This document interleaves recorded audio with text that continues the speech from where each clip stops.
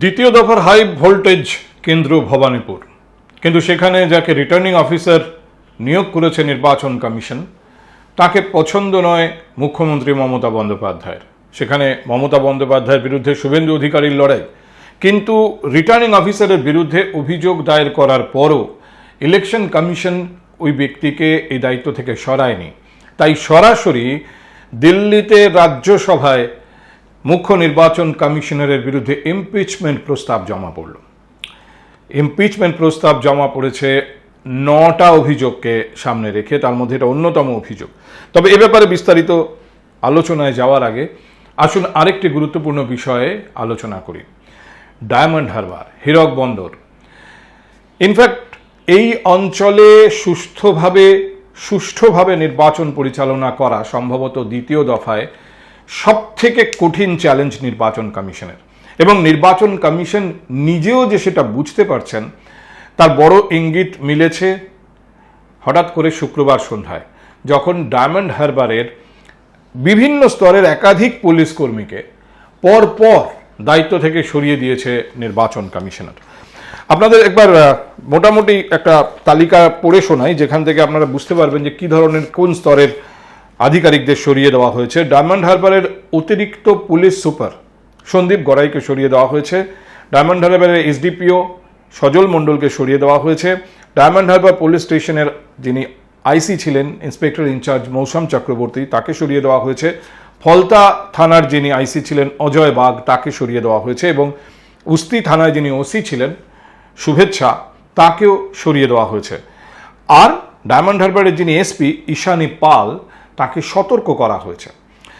হঠাৎ করে দ্বিতীয় দফা নির্বাচনের অ্যাপ্রক্সিমেটলি 60 ঘন্টা আগে এই ধরনের পদক্ষেপ কেন করল নির্বাচন কমিশন? ডায়মন্ড হারবার বিধানসভা এলাকা বা ডায়মন্ড হারবার লোকসভা এলাকার মধ্যে যে 7টি বিধানসভা আছে, সেই বিধানসভাগুলি অত্যন্ত স্পর্শকাতর। এই সমস্ত জায়গায় সাধারণভাবে নির্বাচন, এর আগে বারবার অভিযোগ উঠেছে, নির্বাচন হয় না। শুধুমাত্র নির্বাচনের দিন বুথ দখল হয়ে যায়, ছাপ্পা পড়ে, সাধারণ মানুষ বুথের কাছাকাছি ঘেঁষতে পারেন না, শুধু এইটুকু অভিযোগ নয়। ওখানে কিভাবে পুরো বিষয়টি পরিচালিত হয় বলে অভিযোগ, অবশ্যই অভিযোগ, যে সেখানে যারা বিরোধী দলগুলো থেকে দাঁড়াচ্ছেন সেই সমস্ত প্রার্থীরা নিয়মিত নানাভাবে থ্রেট কল পেতে থাকেন, আর একই সঙ্গে প্রলোভন। আর বেশিরভাগ ক্ষেত্রে এমনকি 2024-এর নির্বাচন পর্যন্ত নাকি এটা দেখা গিয়েছে যে যিনি বিরোধী কোনো দলের প্রার্থী হয়ে দাঁড়িয়েছেন, তৃণমূল কংগ্রেস বিরোধী কোনো দলের প্রার্থী হয়ে দাঁড়িয়েছেন, তাকে পরিষ্কার বলা হয়েছে টাকা দিচ্ছি প্রচারে থেকো না, টাকা দিচ্ছি এফোর্ট দিও না। এবং বেশিরভাগ ক্ষেত্রে বিরোধী প্রার্থীরা এই প্রস্তাব লুফেও নাকি নিয়েছেন, অনেক ক্ষেত্রে নিতে বাধ্য হয়েছেন। ইনফ্যাক্ট এবারও বারবার এরকম অভিযোগ আসছিল, এবং ওই চত্বরে ঘুরলে দেখাও যাচ্ছিল যে বিরোধীদের খুব একটা প্রচার নেই, বিরোধীদের পোস্টার, বিরোধীদের পতাকা, এসব বেশিরভাগ জায়গাতেই দেখা যাচ্ছে না। এখন এই প্রশ্ন যখনই ওই অঞ্চলে রাজ্যের শাসক দলের তাবড় নেতাদের করা হয়েছে, যেমন ধরুন জাহাঙ্গীর, যেমন ধরুন সিকান্দার, এবারে তো জাহাঙ্গীর প্রার্থীও, তারা বারবার বলেছেন যে তাদের হয়তো আমরা প্রচার করব না। এটা অনেকটা সেই জ্যোতিবাবুর স্টাইলে। কিন্তু এই অভিযোগটা উঠছিলই যে বিরোধীদের ওখানে কোনো স্পেস নেই, প্রচার করতে পারছেন না, সাধারণ মানুষের কাছে যেতে পারছেন না, এবং এটার খুব একটা ব্যত্যয় হয়নি, খুব ব্যতিক্রমী কোনো চেহারা। এবারে যেহেতু নির্বাচন কমিশন অত্যন্ত তৎপর, তাই কোনো ব্যতিক্রমী চেহারা ওখানে যেটা এক্সপেক্টেড ছিল সেটা আদৌ দেখা যাচ্ছে না। বজবজ, মেটিয়াবুরুজ, ডায়মন্ড হারবার, ফলতা, এমনকি সাতগাছিয়া জ্যোতি বসুর কেন্দ্র ছিল এক সময়, সেখানে বুলটনের নাম বারবার সাতগাছিয়া বললেই এরকম এখন সামনে আসে। কিন্তু এই সমস্ত জায়গাতেও একইভাবে কি বিরোধীরা নির্বাচনে আদৌ প্রচার করতে পারছেন না, আদৌ রাস্তায় নামতে পারছেন না? এই অভিযোগের ভিত্তিতে কি শেষ পর্যন্ত নির্বাচন কমিশন এই সিদ্ধান্ত নিল? যেটুকু জানা যাচ্ছে, নির্বাচন কমিশন নাকি মনে করেছে যে ওই অঞ্চলে নিচুতলার পুলিশ কর্মীদের এই পুলিশ কর্তারা ঠিকমতো কন্ট্রোল করতে পারছিলেন না। অর্থাৎ পুলিশের যে ভূমিকা, সেই ভূমিকা পুলিশ কখন ঠিকভাবে পালন করতে পারে? যখন পুলিশের ওপর মহলের কর্তারা যারা দায়িত্বে আছেন তারা নিচুতলার কর্মীদের সঠিকভাবে পরিচালনা করেন, যাদেরকে সরিয়ে দেওয়া হয়েছে তারা নাকি সেই পরিচালনাই করতে পারছিলেন না ঠিকভাবে, ফলে এমন অফিসারদের সেখানে আনা হয়েছে। এবং ঠিক ভোটের 60 ঘন্টা আগে যারা সেখানে একদম নতুনভাবে এসে গোটা বিষয়টি পরিচালনা করবেন, তাহলে কি বিরোধীরা ওখানে অনেক বেশি স্কোপ পাবে? আর তো প্রচারের খুব বেশি সময় বাকি নেই, এইটুকু সময় আর প্রচারে কি এদিক ওদিক হবে। কিন্তু নির্বাচনের দিন সাধারণ মানুষ ভোট দিতে এসে ভোট দিতে পারবেন, এটা আপাতত এনশিওর করাই তাহলে নির্বাচন কমিশনের পাখির চোখ।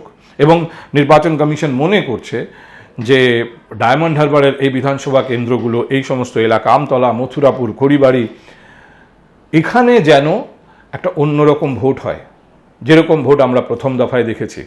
নির্বাচন কমিশনও জানে যে কাজটা কঠিন। ইনফ্যাক্ট এবছর ভোটেও বিষ্ণুপুর কেন্দ্রে বিজেপি 3 বার প্রার্থী বদল করেছে, 3 বার।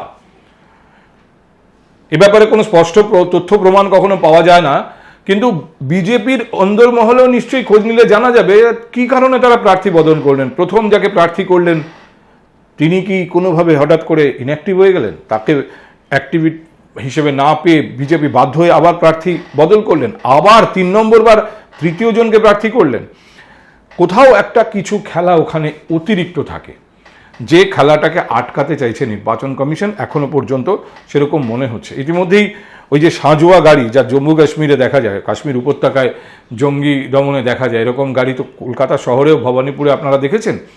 এরকম গোটা 2-3 গাড়ি নাকি ইতিমধ্যেই ওই 7টা বিধানসভায় ঘুরছে। সব থেকে বড় কথা, আরও নাকি 5-6টা এই ধরনের গাড়ি নির্বাচনের আগে ওখানে পৌঁছবে। অর্থাৎ ওই 7টা বিধানসভাকে একেবারে ফুলপ্রুফ করতে নির্বাচন কমিশন অনেকটাই নাকি বদ্ধপরিকর। ইতিমধ্যে আমতলা এলাকায় বিপুল সংখ্যক CRPF, central arm police force সেখানে জড়ো হয়েছে। ডায়মন্ড হারবারের যে ক্যারেক্টার আপনারা যদি দেখেন, সেখানে 2014, 2019, 2024 3টে লোকসভা নির্বাচনে অভিষেক বন্দ্যোপাধ্যায় সাংসদ হিসেবে নির্বাচিত হয়েছেন। 2014 অভিষেক বন্দ্যোপাধ্যায় সেখানে 40% ভোট পেয়েছিলেন, 40%-এর সামান্য বেশি। সেখানে 2019-এ ওই 7টি বিধানসভা মিলিয়ে যে লোকসভা, সেখানে অভিষেক বন্দ্যোপাধ্যায় 56% ভোট পেয়েছিলেন, 56%-এর সামান্য বেশি। আর 2024-এ অভিষেকের ভোট শতাংশ এই এলাকায় 68% পেরিয়ে গিয়েছে। অর্থাৎ ওই চত্বরগুলোতে তৃণমূল কংগ্রেসের যে দাপট, আবার এভাবে বলতে পারেন ভোটের সংখ্যা দেখে যে তৃণমূল কংগ্রেসের বিপুল জনপ্রিয়তা, সেই বিপুল জনপ্রিয়তা পুরোটাই অর্গ্যানিক নাকি তার ভেতরে জল আছে, নির্বাচন কমিশন কি সেটাই দেখতে চাইছেন।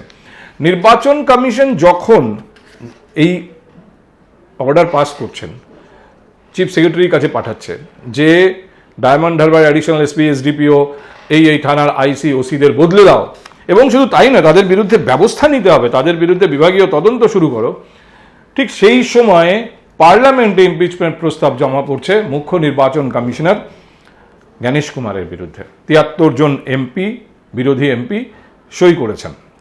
আইন অনুযায়ী 50 জন সই করলেই ইমপিচমেন্ট জমা দেওয়া যায়। মোট 9টা অভিযোগ করা হয়েছে গণেশ কুমারের বিরুদ্ধে। তার মধ্যে অন্যতম হচ্ছে ওই ভবানীপুরের রিটার্নিং অফিসার। এই প্রসঙ্গে আসার আগে আমি এক এক করে আপনাদের বলি। 1 নম্বর, পার্টিসান অ্যাসিমেট্রি। এখানে বলা হয়েছে যে মডেল কোড অফ কন্ডাক্ট নির্বাচন ঘোষণা হয়ে যাওয়ার পর যেটা লাগু হয়ে যায় এবং প্রশাসন নির্বাচন কমিশনের হাতে চলে যায়, এই model code of conduct violate করেছেন খোদ প্রধানমন্ত্রী, এবং এ ব্যাপারে কোনো রকম পদক্ষেপ নির্বাচন কমিশন করেনি। 18 এপ্রিল জাতির উদ্দেশ্যে ভাষণ দিয়েছিলেন প্রধানমন্ত্রী।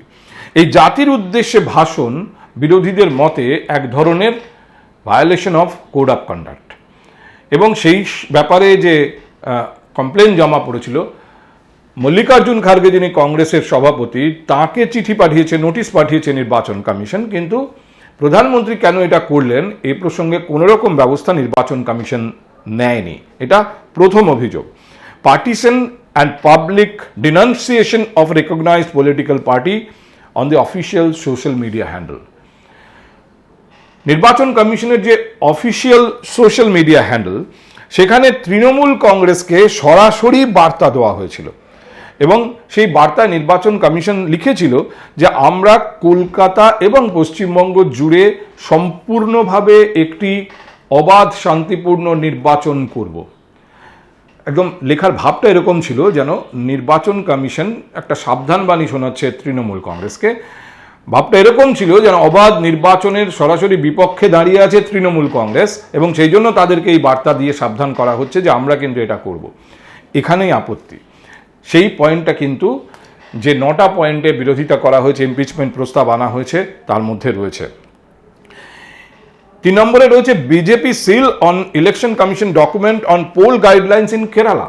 কেরালায় যে পোল গাইডলাইন্স গেছে ইলেকশন কমিশনের ডকুমেন্ট, তার উপরে বিজেপির ছাপ্পা, বিজেপির সিল। 4 নম্বরে হচ্ছে বিহেভিয়ার উইথ টিএমসি অ্যালিগেশনস।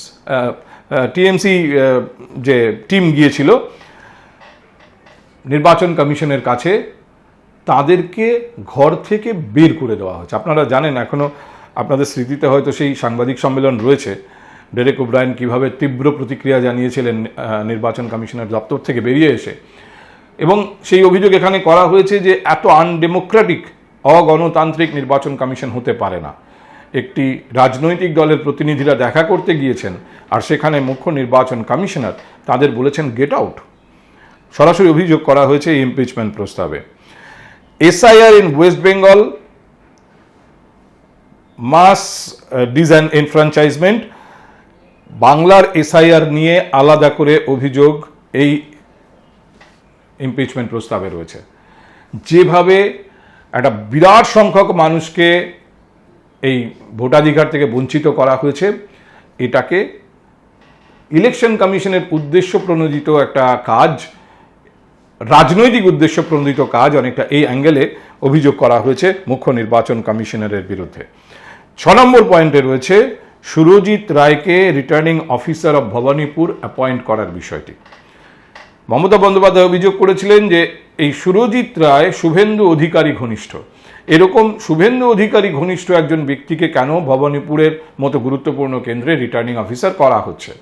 কিন্তু মমতা বন্দ্যোপাধ্যায়ের এই অভিযোগের পরেও সুরজিৎ রায়কে ওই পদেই রেখে দিয়েছে নির্বাচন কমিশন। ফলে এখানেও একটা রাজনৈতিক উদ্দেশ্য প্রণোদিত কাজ, এরকম অভিযোগ করা হয়েছে ইমপিচমেন্ট প্রস্তাবে। নেশন ওয়াইড ডিফেক্টিভ এসআইআর, যাবতীয় যে স্পেশাল ইন্টেন্সিভ রিভিউ, পুরোটা বলা হচ্ছে ডিফেক্টিভ। সম্পূর্ণ অনেক রকম গলদ আছে গোটা প্রসেসটার মধ্যে এবং এটাকে ইচ্ছাকৃতভাবে গোটা দেশ জুড়ে করা হয়েছে। Repeated adverse judicial observation invoking article 142। SIR নিয়ে, পশ্চিমবঙ্গের এসআইআর নিয়ে বিষয়টা সুপ্রিম কোর্ট অবধি গড়িয়েছিল এবং সুপ্রিম কোর্ট যে বারবার ইন্টারভিন করেছে এসআইআর প্রসেসে, যে এইভাবে করুন, এইভাবে করুন, আচ্ছা তাহলে ছেড়ে দিন, রাজ্যের কর্মীদের লাগবে না, নির্বাচন কমিশন অন্য রাজ্য থেকে সেন্ট্রাল গভর্নমেন্ট কর্মীদের এনেছেন, তাদের হাতেও দিতে হবে না, জুডিশিয়াল কর্মীরা করবেন, জুডিশিয়াল অফিসাররা করবেন। এই যে বারবার অতিরিক্ত ক্ষমতা, স্পেশাল ক্ষমতা সুপ্রিম কোর্ট প্রয়োগ করেছে আর্টিকেল 142 অনুযায়ী, এটাতে প্রমাণ হয় যে গোটা প্রসেসটা আইনত ঠিকঠাক ছিল না, যার জন্য সুপ্রিম কোর্টকে ইন্টারভিন করতে হয়েছে।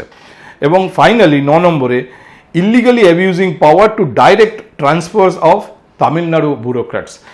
এইটা খুব ইন্টারেস্টিং যে পশ্চিমবঙ্গেও কিন্তু খোল নলচে বদলে দেওয়া হয়েছে রাজ্য প্রশাসনের, কিন্তু যে ইমপিচমেন্ট প্রস্তাব জমা পড়েছে পার্লামেন্টের উচ্চকক্ষে গণেশ কুমারের বিরুদ্ধে, সেখানে 9 নম্বর পয়েন্টে তামিলনাড়ুতে ব্যুরোক্র্যাটদের যেভাবে বদলি করা হয়েছে সেই পয়েন্টটাকে রাখা হয়েছে। এখানে পশ্চিমবঙ্গ নয়, তামিলনাড়ুর যে ব্যুরোক্র্যাট বদলি করা হয়েছে সেটাকে ইললিগাল বলে আখ্যায়িত করা হয়েছে, আইন মেনে হয়নি এভাবে আখ্যায়িত করা হয়েছে। আপনারা জানেন যে এই সিএপিএফ বা সেন্ট্রাল আর্ম পুলিশ ফোর্স, এদের যে ডিপ্লয়মেন্ট, এটা নিয়েও মামলা হয়েছিল কলকাতা হাইকোর্টে। শেষ পর্যন্ত কলকাতা হাইকোর্ট গতকাল এই মামলা খারিজ করে দিয়ে বলেছে যে কিভাবে সেন্ট্রাল বাহিনী ব্যবহার করতে হবে সেটা নির্বাচন কমিশনের নিজস্ব এখতিয়ার, এবং নির্বাচন কমিশন যেখানে মনে করবে শান্তি রক্ষার জন্য সেন্ট্রাল বাহিনীর প্রয়োজন আছে তারা সেভাবেই ওটাকে ব্যবহার করবে।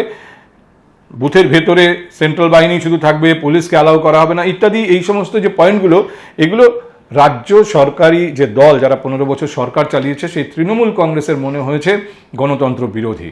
ফলে এর প্রতিবাদ করে তারা আদালতে গিয়েছিলেন, আদালত সেই আবেদন নাকচ করে দিয়েছে। এখন এই যে গোটা বিষয়টা, অর্থাৎ যে সময়ে আর কয়েক ঘন্টার মধ্যে রাজ্যে দ্বিতীয় দফার নির্বাচন হবে, সেই সময় দেশের মুখ্য নির্বাচন কমিশনারের বিরুদ্ধে ইমপিচমেন্ট প্রস্তাব জমা পড়ছে লোকসভায়, যখন কলকাতা এবং পার্শ্ববর্তী অঞ্চলের সেন্সিটিভ এলাকাগুলোতে বিশেষ ব্যবস্থা নেওয়ার মতো অর্ডার পাস করছে ইলেকশন কমিশন, বদলে দেওয়া হচ্ছে ওসি, বদলে দেওয়া হচ্ছে আইসি, এমনকি অ্যাডিশনাল এসপি, ঠিক সেই সময় ইমপিচমেন্ট প্রস্তাব জমা পড়ছে লোকসভার উচ্চকক্ষে। যদিও এখানে উল্লেখ করে দিই যে এই ইমপিচমেন্ট প্রস্তাব এর আগেও তো জমা পড়েছিল মার্চ মাসে, সেটা কিন্তু স্পিকার খারিজ করে দিয়েছিলেন লোকসভার নিম্ন কক্ষে, লোকসভাতে। এখন এই অধিকারটা স্পিকার এবং চেয়ারম্যানের সবসময় রয়েছে, লোকসভার ক্ষেত্রে স্পিকার এবং রাজ্যসভার ক্ষেত্রে চেয়ারম্যান, তারা অধিকার আছে তার হাতে পাওয়ার আছে, তিনি ইমপিচমেন্ট প্রস্তাব গ্রহণ করবেন না বাতিল করে দেবেন। ফলে এর আগে যেটা বাতিল হয়েছে সেই একই পদ্ধতিতে এবারেটাও বাতিল হয়ে যেতেই পারে। আবার এই নিয়ে আলোচনা হতেই পারে, কারণ ইমপিচমেন্ট প্রস্তাবের মূল লক্ষ্য হচ্ছে রাষ্ট্রপতির কাছে, মাননীয় রাষ্ট্রপতির কাছে এ ব্যাপারে আবেদন জানানো যে মুখ্য নির্বাচন কমিশনারকে তার পদ থেকে অপসারণ করা হোক। ঠিক একই নিয়মে একজন সুপ্রিম কোর্টের বিচারপতিকে অপসারণ করা যায়, তার বিরুদ্ধে ইমপিচমেন্ট প্রস্তাব আনার যে পদ্ধতি, এক্ষেত্রেও সেই একই পদ্ধতি, একই আইন মেনে পুরো বিষয়টা হয়। এটুকু নিশ্চিত যে লোকসভা বা রাজ্যসভায় এই ধরনের পদক্ষেপ, আগামীতে রাজ্যসভায় এই ইমপিচমেন্ট প্রস্তাব গ্রহণ হচ্ছে কি না, নাকি আবার সেখানে চেয়ারম্যান এটাকে রিজেক্টই করে দেবেন, এগুলোর অনেক আগে পশ্চিমবঙ্গে দ্বিতীয় দফার নির্বাচনটা হয়ে যাবে। আর এই দ্বিতীয় দফার নির্বাচনে আদৌ নির্বাচন কমিশন, যারা প্রথম দফার নির্বাচনে সঠিকভাবে নির্বাচন পরিচালনা করে বিপুল সংখ্যক মানুষের জনমতকে ভোট বাক্সে বন্দি করে আপাতত একটু অ্যাডভান্টেজ পজিশনে খেলছেন, তারা দ্বিতীয় দফায় ঠিক ততটাই সফল হন কিনা সেটাও ইতিমধ্যে পরিষ্কার হয়ে যাবে।